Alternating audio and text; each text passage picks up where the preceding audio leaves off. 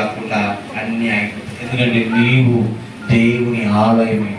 ఆ దేవుడు నీలో నివాసం చేయాలనుకుంటున్నాడు. నిన్ను సంతృప్తి పరిచి నీ హృదయంలో నివాసం చేయాలనుకుంటున్నాడు. ఏం చేయాలనుకుంటున్నాడు? నీ హృదయంలో పరిశుద్ధాత్మని మీరు ఆలయమే ఉన్నారని దేవుడు మంచిగా రాసి చూద్దాం. 1 కొరింథీ పత్రిక చూద్దాము.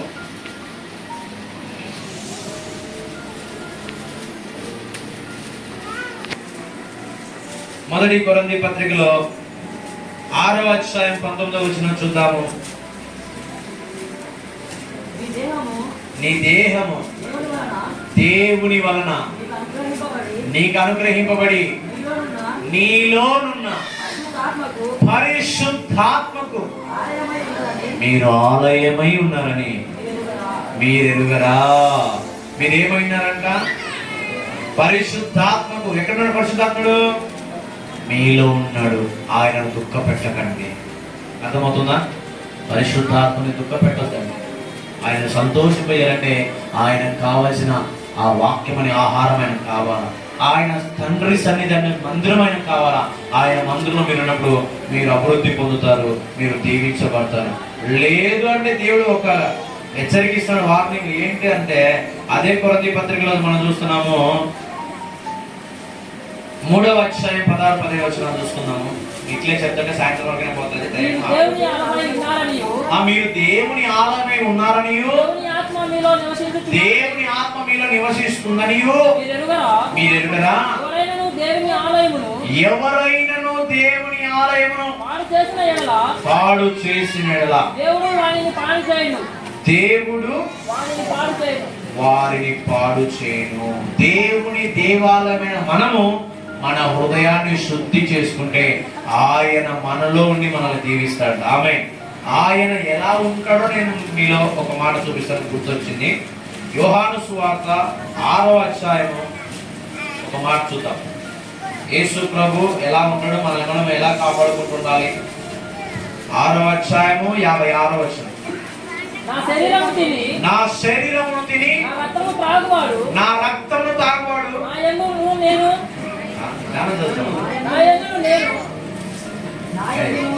నా యందును నేను వాని యందును. అందుకే వాక్యం ఎప్పటికీ గబగబ చదవకూడదంట. నిదానంగా చదివితే అక్కడ ఒక పరమార్థం ఉంటుంది, అది అర్థమవుతుంది.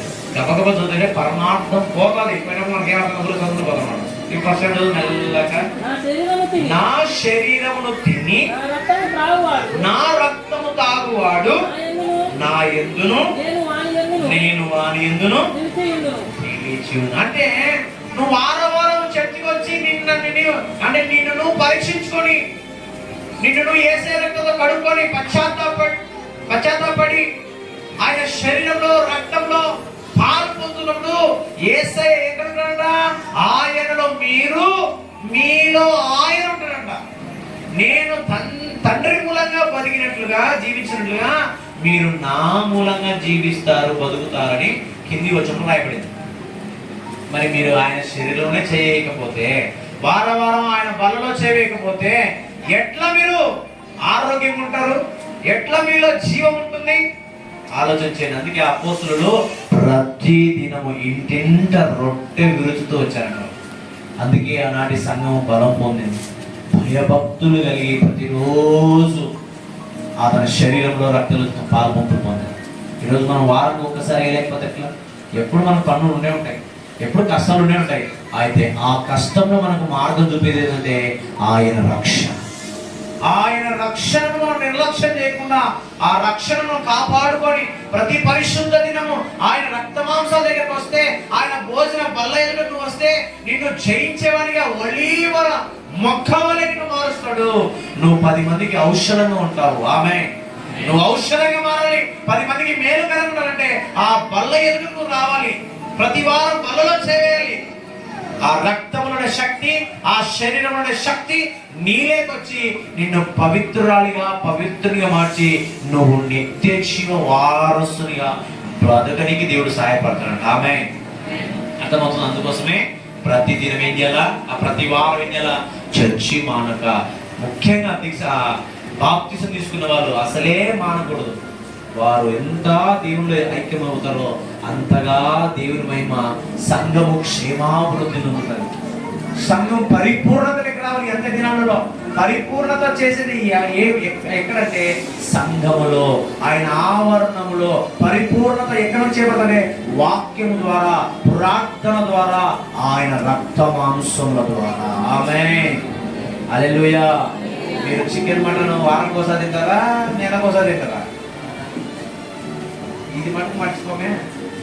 వారం ముక్కలేదు ముద్ద దిగదు మనకి. ఎందుకంటే ఆ ఆహారం బలమైన ఆహారం. వారం అంతా బలం ఉండాలంటే తినాలా? ఒక కోడినో కదా, ఒక గొర్రెనో మనకి ఇష్టమైన ఆహారం మనం తినాలా. అప్పుడే వారంలో పనిచేసేకి శక్తి వస్తుంది. అలాగే నీ అంతరంగంలోని ఆత్మకి ఆహారము ఆయన శరీరము, ఆయన రక్తము. ఆమేన్. ఆయన వాక్యము, ఆయన ప్రార్థన. ఇది నీలో ఉన్నప్పుడు నీ ఆత్మ ఎప్పుడు వర్ధిల్లుతూనే ఉంటుంది. ఆత్మ వర్ధిల్లినప్పుడు నువ్వు అన్ని విషయంలో వర్ధిల్లుతావు అంట. ఆత్మనే చచ్చుబడిపోయినప్పుడు నీకు ఆశీర్వాదం ఎక్కడ పడతాయి? ఆశీర్వాదాలు తయారు చేసింది ఎవరు? ఇదన్నా చెప్పండి. ఎవరు ఆశీర్వాదం తయారు చేసింది? యేసు ప్రభు. అవునా కదా? మీకోసం ప్రాణం పెట్టింది ఎవరు? నేనా? ఎవరు? యేసు ప్రభు ప్రాణం పెట్టాడు, నీకోసం రక్షణ పెట్టాడు. ఆ రక్షణ సమస్తము దాచిపెట్టాడు. ఆ రక్షణను మనం ఏం చేయకూడదు? నిర్లక్ష్యం చేయకూడదు. ఆ రక్షణ ఉండే ప్రతిదీ మనం పొందుకుంటాము. ఆ పొందుకునేది మనకు ఆశీర్వాదము, దీవెన, సమాధానం. ఆమేన్, హల్లెలూయా.